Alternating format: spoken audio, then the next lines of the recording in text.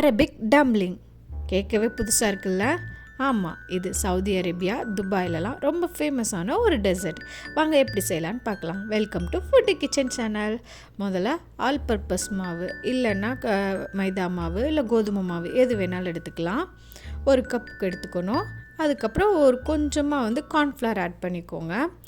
அதுக்கப்புறமா பால் பவுடர், ஒரு அரை கப் பால் பவுடர், அப்புறம் ஈஸ்ட்டு, அப்புறம் கொஞ்சமாக பேக்கிங் சோடா எல்லாம் சேர்த்து நல்லா மிக்ஸ் பண்ணிக்கணும். இப்போ தண்ணி ஊற்றி நல்லா இதை நம்ம ஒரு பேஸ்ட் மாதிரி ரெடி பண்ணிக்க போகிறோம். நல்லா கலந்து விடுங்க. பீட்டர் இருந்தால் பீட்டர் வச்சு கூட நீங்கள் அடிச்சுக்கலாம். பாருங்கள், இந்த மாதிரி ஒரு பேஸ்ட் மாதிரி நம்ம ரெடி பண்ணிக்க போகிறோம். நல்லா இதை நம்ம இது பண்ணிக்கணும், பீட் பண்ணிக்கணும். டேஸ்ட்டு ரொம்பவே சூப்பராக இருக்குங்க. கொஞ்சம் பொறுமையாக செய்யலாம் வாங்க.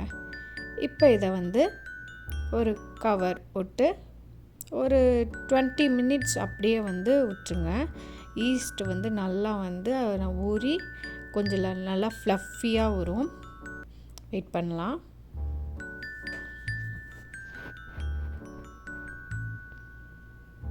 பாருங்கள் எப்படி கொஞ்சம் நல்லா உப்பி வந்திருக்குல்ல. உங்களுக்கு வீடியோவில் தெரியலன்னு நினைக்கிறேன். ஆனால் நம்ம பிஃபோருக்கும் ஆஃப்டருக்கும் கொஞ்சம் நல்லா வந்திருக்கோம். இதை இப்போ நம்ம ஒரு கவரில் இல்லைன்னா பேக்கிங் கவர் கூட கிடைக்கும், நீங்கள் அதை கூட எடுத்துக்கலாம். அதில் இந்த மாதிரி நீங்கள் ஆட் பண்ணிக்கிட்டு இந்த மாதிரி எட்ஜில் கட் பண்ணிடுங்க. கட் பண்ணிவிட்டு இந்த மாதிரி எண்ணெய் கடாய் வச்சு போட்டுகிட்டே வந்தீங்கன்னா அழகாக அது பால் பார்க்கறதுக்கே ஆசையாக இருக்கும். அவ்வளோ அப்படியே அந்த தண்ணியில் அது அப்படியே குட்டி குட்டியாக ஒயிட்டாக மிதக்கும் பாருங்களேன். அதுவும் அப்படியே பால் ஃபுல்லாக அப்படியே எந்த ஒரு இதுவும் இல்லாமல் அழகாக இருக்கும். பார்க்கறதுக்கே அழகாக இருக்கும். இன்னும் நம்ம திருப்பி போடணும்னு ஆசையாக இருக்கும். ரவுண்டாக பால் அப்படியே அழகாக இருக்குங்க அது மிதக்கிறத பார்க்கும்போதே.